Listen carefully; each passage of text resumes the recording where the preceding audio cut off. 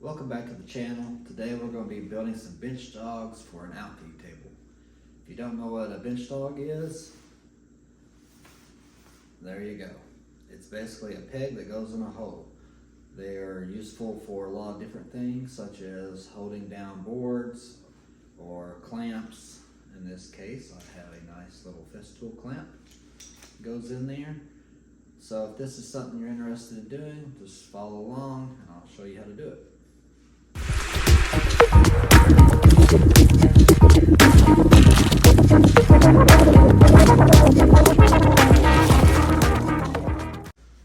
Welcome back to the channel, guys.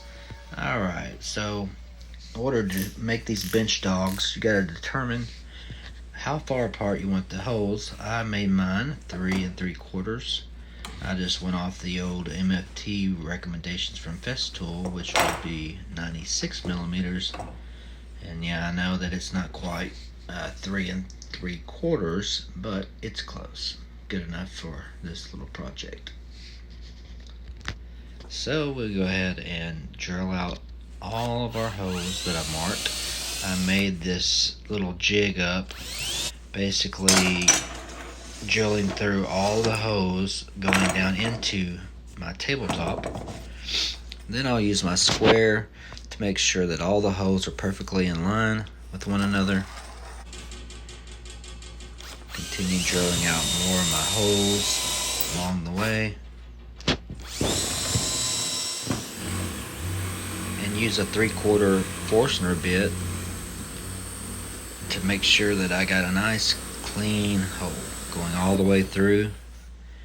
And you can see, voila, perfectly drilled holes. Now I have my jig, so I move it up one row, and then I'll get ready to clamp it down, and then I'll know exactly where my next row goes.